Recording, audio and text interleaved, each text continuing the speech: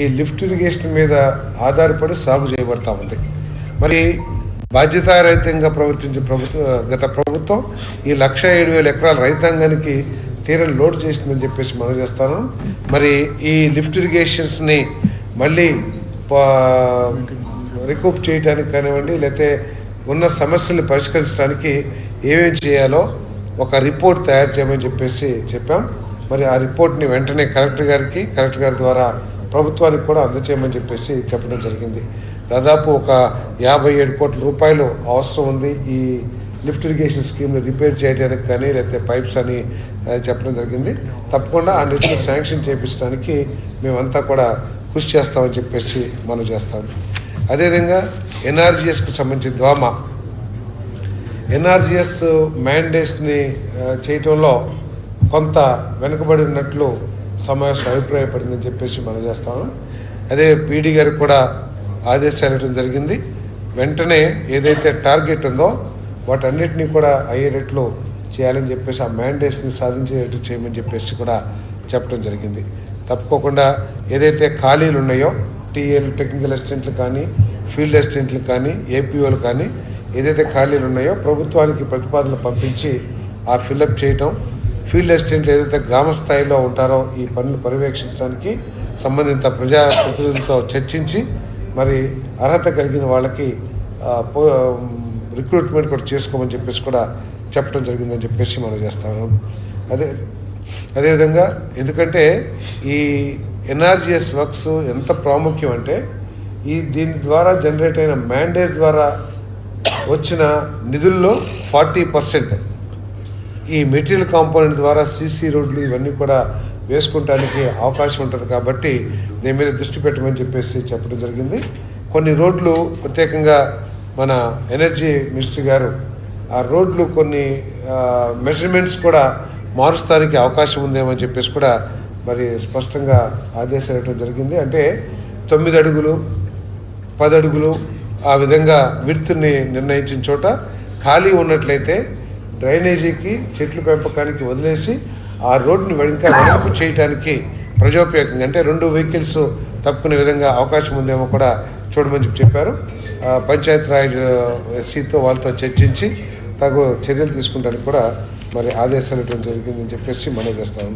అదేవిధంగా టూరిజం, బాపట్ల జిల్లాలో టూరిజంకి అపారమైన అవకాశాలు ఉన్నాయి. ఎందుకంటే సీషోర్ చాలా పొడవైన సముద్ర తీర ప్రాంతం కానివ్వండి, ఇంకా అనేక వసతులు ఉండటం మూలంగా దీని మీద ప్రత్యేక దృష్టి పెట్టాలని చెప్పేసి సమావేశం అభిప్రాయపడింది. మరి కలెక్టర్ గారికి దీని మీద రివ్యూ చేసి ఒక 97 కోట్ల రూపాయలతో ఇప్పటికే సూర్యలంక బీచ్ అభివృద్ధి చేయడానికి ఒక ప్రాజెక్ట్ రిపోర్ట్ లాగా తయారు చేశారు. అదేవిధంగా చీరాలకు కూడా ఒక ప్రాజెక్ట్ రిపోర్ట్ తయారు చేయమని చెప్పేసి రిక్వెస్ట్ చేశాను. ఈ రెండింటి మీద చర్చించి, ఎందుకంటే ఈ జిల్లాకి ఇది చాలా ముఖ్యమైన ప్రాజెక్టులు కాబోతున్నాయి. అంతేకాకుండా గౌరవ ముఖ్యమంత్రి గారు కూడా సర్వీస్ సెక్టర్లో ఉన్న ఈ టూరిజం డెవలప్ అయితే ఉపాధి అవకాశాలు పెరుగుతాయి, ఆదాయాలు కూడా పెరుగుతాయి.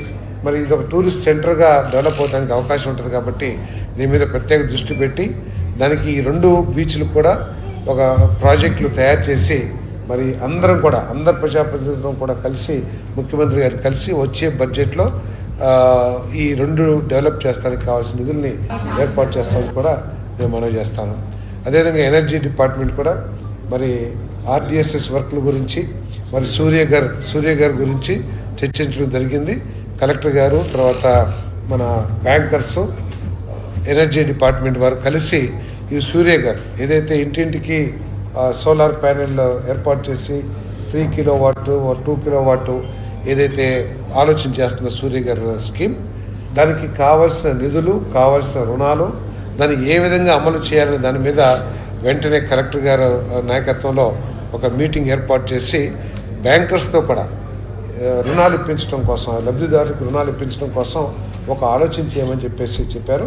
ఇప్పటికే స్టేట్ బ్యాంక్ ఆఫ్ ఇండియా ముందుకు వచ్చిందని చెప్పేసి కూడా మరి ఎనర్జీ మంత్రి గారు సభ దృష్టికి తీసుకొచ్చారు. కాబట్టి బ్యాంకర్స్తో మాట్లాడి ఈ కార్యక్రమాన్ని కూడా ముందుకు తీసుకెళ్తాం అని చెప్పేసి మనం చేస్తాం.